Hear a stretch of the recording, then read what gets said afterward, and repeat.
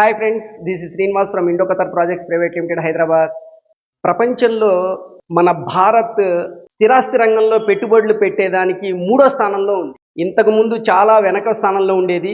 ఈ రోజున ప్రపంచంలో స్థిరాస్తి రంగంలో పెట్టుబడులు పెట్టే కంట్రీలో నెంబర్ 1 ప్లేస్లో చైనా ఉంది. కానీ మనం రోజు రోజుకి ఎంతో అభివృద్ధిని సాధిస్తున్నాం. మన దేశంలో నిర్మాణ రంగంలో పెట్టుబడులు పెట్టడానికి ఫారిన్ ఇన్స్టిట్యూషనల్ ఇన్వెస్టర్స్ ఎంతో ఇంట్రెస్ట్ చూపిస్తున్నారు. మన దేశంలో పర్టికులర్గా హైదరాబాద్, ముంబై, బెంగళూరు, చెన్నై, కలకట్టా, గోరగాం ఈ ప్రాంతాల్లో విదేశీ ఇన్వెస్టర్లు పెట్టుబడులు పెట్టడానికి ఎక్కువగా మొగ్గు చూపుతున్నారు. దీనిలో కూడా ఈ ఇన్వెస్ట్మెంట్ లో కూడా పర్టికులర్గా ఈ పారిశ్రామిక రంగాలకు సంబంధించినటువంటి గోడౌన్స్ వాటిల్లోనే ఎక్కువ పెట్టుబడులు పెట్టడానికి ఇంట్రెస్ట్ చూపిస్తున్నారు. అవి కూడా రన్నింగ్ లో ఉండాలి, అంటే రెడీ టు ఆక్యుపై. అలాంటి వాటిల్లోనే 70% పెట్టుబడులని ఎఫ్ఐఐలు పెడుతున్నారు.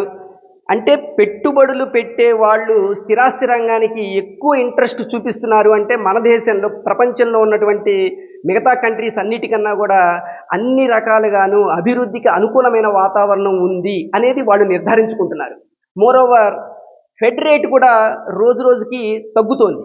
ఈ ఫెడ్ రేట్ తగ్గడం కూడా మనం 3వ ప్లేస్లో ఉన్నటువంటి మనం మొదటి ప్లేస్కి వెళ్ళడానికి కూడా ఎంతో అవకాశం ఉంది. లాస్ట్ ఇయర్ ఫస్ట్ క్వార్టర్తో కంపారిజన్ చేస్తే, ఈ ఇయర్ ఫస్ట్ క్వార్టర్తో కంపారిజన్ చేస్తే, లాస్ట్ ఇయర్కి ఈ ఇయర్కి కంపారిజన్ చేస్తే ఎన్నో బిలియన్ రెట్లు మన ఇన్వెస్ట్మెంట్స్ అనేది, ఫారిన్ ఇన్స్టిట్యూషనల్ ఇన్వెస్ట్మెంట్స్ అనేది భారత్లో నిర్మాణ రంగంలో చాలా పెరిగినాయి. 3.5 మిలియన్ మనకి ఇప్పుడు లాస్ట్ ఇయర్కి ఇప్పటికీ కంపారిజన్లో పెరుగుదల కనిపించింది. సో ఇండియాలో రియల్ ఎస్టేట్ మీద కనుక ఇన్వెస్ట్మెంట్ చేస్తే ఎక్సలెంట్ రిటర్న్స్ వస్తాయి అని చెప్పి ఇక్కడ ఉన్న వాళ్ళైనా సరే కొద్దిగా వెనక ముందు ఆడుతూ స్థలాలు కొనడానికి ఎంతో ఆలోచిస్తున్నారు. కానీ ఫారిన్లో ఉన్నటువంటి ఇన్వెస్టర్స్ ఏమాత్రం ఆలోచించకుండా ఇండియాలో పెట్టుబడులు పెడుతున్నారు.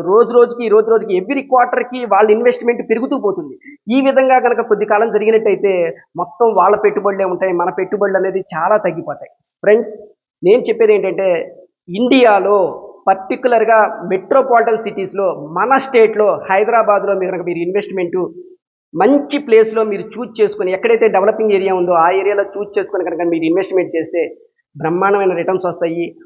వేరే కంట్రీ నుంచి ఎక్కడెక్కడోళ్ళో వచ్చి ఇక్కడ ఇన్వెస్ట్మెంట్ చేస్తున్నారు. మనం లోకల్లో ఉండి మనం ఇన్వెస్ట్మెంట్ చేయడానికి 10 రకాలుగా ఆలోచిస్తున్నాం. వెళ్తున్నాము, సైట్ చూస్తున్నాము, వస్తున్నాము. కానీ ఇన్వెస్ట్మెంట్ చేసేసరికి మన్నయ్య సలహా తీసుకోవాలి, మా నాన్న సలహా తీసుకోవాలి, మా బాబాయ్ సలహా తీసుకోవాలి అని చెప్పి ఇలా ఏవేవో ఆలోచిస్తూ మనం ఇన్వెస్ట్మెంట్ చేసే ధోరణిని డిలే చేస్తున్నాం. దీనివల్ల అల్టిమేట్గా మనకు వచ్చే రిటర్న్సే పోతాయి. ఎందుకంటే మీకు ఎగ్జాంపుల్కి ఏం చెప్తున్నానంటే, ఓఆర్ఆర్కి RRRకి మధ్య ఉన్న ఏరియాలు ఏవైతే ఉన్నాయో అవి ఎంతో డ్రాస్టిక్గా అభివృద్ధి పదంలో పయనిస్తున్నాయి. రానున్న రోజుల్లో ఫర్ ఎగ్జాంపుల్ ఇప్పుడు రంగారెడ్డి కలెక్టరేట్ కానీ, మేడ్చల కలెక్టరేట్ కానీ, లేదంటే రామోజీరావు ఫిల్మ్ సిటీ కానీ, సమతామూర్తి కానీ, లేదంటే పిరమిడ్ కానీ, ఇలాంటి ఎన్నో మంచి టూరిస్ట్ ప్రాంతాలు ఏవైతే ఉన్నాయో, టూరిస్ట్ ప్రాంతాలు ప్లస్ గవర్నమెంట్ అఫీషియల్ ఆఫీసెస్ ఇవన్నీ కూడా ఓఆర్ఆర్కి RRRకి మధ్య ఏర్పాటై ఉన్నాయి. ఈ ఓఆర్ఆర్కి RRRకి మధ్య ఏర్పాటైనటువంటి వీటన్నిటికీ అంటే డెన్సిటీ కనుక పెరిగింది అంటే అక్కడ నివాసం ఉండే వాళ్ళ పర్సంటేజ్ పెరుగుతుంది. నివాసం ఉండే వాళ్ళ పర్సంటేజ్ పెరిగింది అంటే ఆ ఏరియాలో గ్రోయింగ్ ఏరియాగా మారిపోతుంది. ప్రతి ఓఆర్ఆర్కి RRRకి మధ్య ఉన్న ప్రాంతంలో 10 పారిశ్రామిక ఇండస్ట్రీస్ని ఏర్పాటు చేయడానికి గవర్నమెంట్ సన్నాహాలు చేస్తుంది. ఈ విధమైనటువంటి సన్నాహాలు చేస్తే అక్కడ ఎంప్లాయ్మెంట్ జనరేట్ అవుతుంది. ఎంప్లాయ్మెంట్ జనరేట్ అయితే ఖచ్చితంగా మనకి ఆ ఏరియాలో కొన్న ఆస్తులకి 10 రెట్లు 20 రెట్లు కూడా అవడానికి అవకాశం ఉంది. ఇంకొక విషయం ఏంటంటే 347 కిలోమీటర్ల ప్రాంతీయ రహదారి, అంటే RRR రీజనల్ రింగ్ రోడ్ ఏదైతే ఉందో, ఓఆర్ఆర్కి RRRకి మధ్య ఉన్న ప్రాంతం ఏదైతే ఉందో, ఈ RRR దగ్గరగా 175 గ్రామాలని 20 పట్టణాలని కలుపుతోంది. ఇది అందరికీ తెలిసిన విషయమే. ఇంకొకటి ఏంటంటే ఈ 175 గ్రామాలు 20 పట్టణాలని కలపడమే కాకుండా రేడియల్ రోడ్లని గవర్నమెంట్ వేయడానికి సన్నాహాలు చేస్తుంది. ఈ రేడియల్ రోడ్లు వేయడం వలన ఏమవుతుందంటే ఓఆర్ఆర్కి RRRకి మధ్య అనుసంధానం పెరుగుతుంది. ఇవన్నీ పెరగడం వలన ఆ ఏరియాల్లో ల్యాండ్ రేట్లు మరో స్థాయికి వెళ్తాయి. ల్యాండ్ రేట్లు ప్రజెంటు ఎవరైతే ఎగ్జిస్టింగ్ వెంచర్స్ వేశారో వాళ్ళు ప్రజెంట్ సేమ్ ప్రైసెస్కి అమ్ముతున్నారు. కానీ రానున్న రోజుల్లో ఈ ప్రైస్ దొరకడం అనేది అసాధ్యం. కావున ఎవరైతే పెట్టుబడులు పెట్టదలుచుకున్నారో వాళ్ళకి ఇదే సరైన సమయం అని చెప్పేసి నేను మరొక్క మారి చెబుతున్నాను. గవర్నమెంట్ ఫోకస్ ఏ ఏరియాలో ఉంది? ఫస్ట్ పాయింట్, ఫస్ట్ గవర్నమెంట్ ఎక్కడ తన ఫోకస్ చేస్తుంది, గవర్నమెంట్ ఎక్కడ ఫోకస్ చేస్తుంది, ఓఆర్ఆర్కి ట్రిపుల్ ఆర్కి మధ్య ఏర్పాటు చేయబోతున్నటువంటి శ్రీశైలం హైవేలో ఫ్యూచర్ సిటీ మీద ఫోకస్ చేసింది.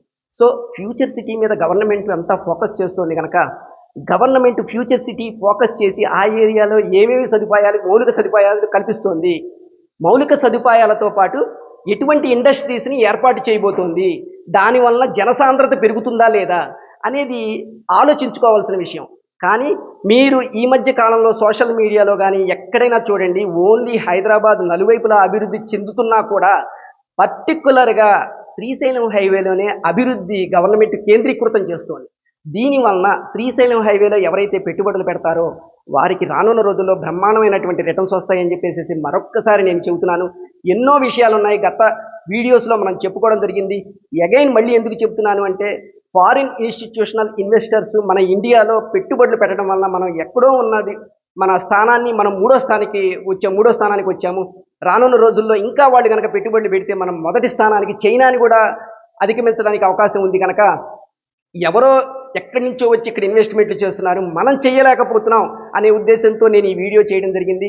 కావున ఫ్రెండ్స్, మరొక్కసారి చెబుతున్నాను, గవర్నమెంట్ ఫోకస్ ఉన్నటువంటి శ్రీశైలం హైవేలో మీరు పెట్టుబడులు పెట్టండి. శ్రీశైలం హైవేలో పెట్టుబడులు పెట్టేటప్పుడు ఏ ప్రాజెక్టు మంచిగా ఉంది ఆ ప్రాజెక్టులో ఇన్వెస్ట్మెంట్ చేయండి. ఇండో ఖతార్ వారి మగధ ప్రాజెక్టులో పనులు చాలా స్పీడ్గా జరుగుతున్నాయి. ప్లాటింగ్ స్టోన్స్ కానీ, వాటర్ ట్యాంక్ వర్క్స్ కానీ, రోడ్ మార్కింగ్ కానీ, ఎవ్రీథింగ్ చాలా స్పీడ్గా జరుగుతున్నాయి. సో అక్కడ కనుక ఒక 6 నెలల్లో ప్రాజెక్ట్ మొత్తం వర్క్స్ అన్ని కంప్లీట్ అయిపోతాయి.